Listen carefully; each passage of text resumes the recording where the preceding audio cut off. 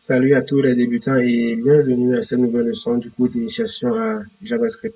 Aujourd'hui, nous allons parler des événements. Vous connaissez tous les événements. Vous avez certainement déjà assisté à un événement dans votre voisinage, votre ville ou votre pays. Vous les voyez très souvent à la télévision, donc vous connaissez tout ou presque sur les événements en JavaScript. Mais les gars, ne vous attendez pas à voir de la fête comme événement en JavaScript. Les événements sont des actions qui se produisent tout au long du cycle de fonctionnement d'une page web. Ils peuvent arriver de façon imprévue. Les événements peuvent être créés par une action de l'utilisateur. Ça peut être un clic sur un bouton par exemple. Ces événements peuvent aussi être créés par la page web. Ça peut signaler par exemple la fin du chargement de la page. Ou alors, les événements peuvent être créés par le code JavaScript que vous avez écrit. JavaScript dispose d'un ensemble d'événements prédéfinis dont vous n'avez qu'à utiliser pour vos codes. Vos codes vont très souvent se baser sur ces événements pour gérer leur logique de fonctionnement. Nous n'allons pas trop entrer dans les détails des événements dans ce cours d'initiation. Donc, cette leçon va être très théorique et juste vous montrer les bases et quelques éléments nécessaires que vous allez pouvoir déjà utiliser. Commençons par les événements créés par l'utilisateur de votre site web. Ces événements sont créés grâce aux actions de l'utilisateur. C'est le cas par exemple lorsqu'un utilisateur clique sur un bouton d'un formulaire. Chaque action effectuée par l'utilisateur sur la page web peut donner lieu à un événement. Le tableau suivant donne quelques événements qu'un utilisateur peut créer sur une page web. Donc, événements et description. Change. Lorsque l'utilisateur change le contenu d'un élément. Changement de la valeur d'un champ du formulaire, par exemple. Clic. Lorsque l'utilisateur clique sur un élément. Clique sur le bouton, par exemple. Mouse over. Lorsque l'utilisateur bouge le curseur et ce dernier se trouve sur un élément. Key press. Lorsque l'utilisateur appuie sur une touche du clavier. Parlons des événements créés par la page web elle-même. La page peut générer des événements pour signaler des changements. Par exemple, lorsque la page est totalement chargée, un événement est généré load. Vous pouvez utiliser ces événements pour contrôler l'exécution de votre code. Parfois, il est nécessaire que la page soit entièrement chargée pour que votre code fonctionne normalement. Dans ce cas, l'événement load va vous être d'une très grande utilité. Voyons maintenant les événements créés par votre code du JavaScript. JavaScript dispose d'un ensemble bien fourni d'événements, mais il peut arriver que pour certaines raisons, vous ayez besoin de simuler des actions d'un utilisateur ou encore de créer vos propres événements. Il est possible de créer automatiquement des événements à partir de votre code JavaScript.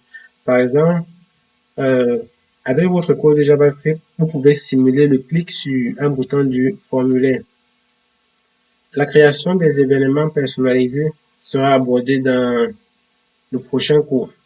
Lorsque vous voulez utiliser un événement sur un élément donné de votre page, vous devez écouter cet événement. Donc, comment écouter un événement? Comme je disais, si vous voulez effectuer une certaine action lorsqu'un événement donné se produit sur un élément de votre page, alors vous devez écouter cet événement sur cet élément. Par exemple, si vous voulez effectuer une action lors du clic sur un bouton, vous devez écouter le clic sur ce bouton. Les éléments nous permettant d'écouter les événements sont appelés des event listeners et on utilise pour cela la méthode addEventListener. Il s'agit d'ajouter un écouteur d'événements sur un élément. Ainsi, lorsque l'événement va se produire, l'écouteur sera informé et vous allez pouvoir effectuer l'action que vous avez prévue. La syntaxe pour écouter les événements est la suivante. Élément.addEventListener, entre parenthèses, type d'événement, virgule, callback, virgule, options. On ferme la parenthèse. Ici, élément, c'est l'élément HTML sur lequel nous voulons écouter l'événement. addEventListener, c'est la méthode qui permet d'ajouter un écouteur d'événements. Type, c'est l'élément HTML sur lequel nous voulons écouter l'événement. addEventListener, c'est la méthode qui permet d'ajouter un écouteur d'événements. type, c'est l'élément HTML sur lequel nous voulons écouter l'événement. addEventListener, c'est la méthode qui permet d'ajouter un écouteur d'événements. c'est le type d'événement que nous voulons écouter. Exemple, clic pour écouter le clic sur un élément. Callback, c'est une méthode que vous devez définir. C'est cette méthode qui va être exécutée lorsque l'événement va se produire. Options, ce sont les options que nous passons pour notre écouteur. Pour le moment, nous allons mettre la valeur booléenne faux. Passons à un exemple d'application pour voir cela. Dans cet exemple, nous voulons afficher le texte document chargé lorsque votre page va être chargée. Le code pour le faire est le suivant. Document.add-event-listener load function entre appelades alerte document chargé, pro. Document est un objet qui représente votre page HTML. Lorsqu'une page HTML est complètement chargée par le navigateur, l'événement load est créé. En écoutant donc cet événement sur l'objet document, nous pouvons afficher notre texte dès lors que la page est complètement chargée. Alors les débutants, je sais que cette leçon a été très théorique, donc pour vous soulager un peu, dans la prochaine leçon, nous allons vous montrer comment pratiquer le plus possible à partir de votre navigateur. Oui, donc nous allons vous montrer un petit bonus. Il s'agit de la console web du navigateur. Croyez-moi, c'est tout simplement magique. Vous allez pouvoir vous exercer là, vous allez pouvoir tester tout ce qui vous passe par la tête et mieux encore, vous allez pouvoir examiner toutes les pages que vous allez rencontrer sur Internet et vous allez découvrir plein de choses. Si vous n'êtes pas encore abonné, faites-le dès maintenant pour être informé dès que nous allons sortir la prochaine leçon. D'ici là, les amis, programmez bien.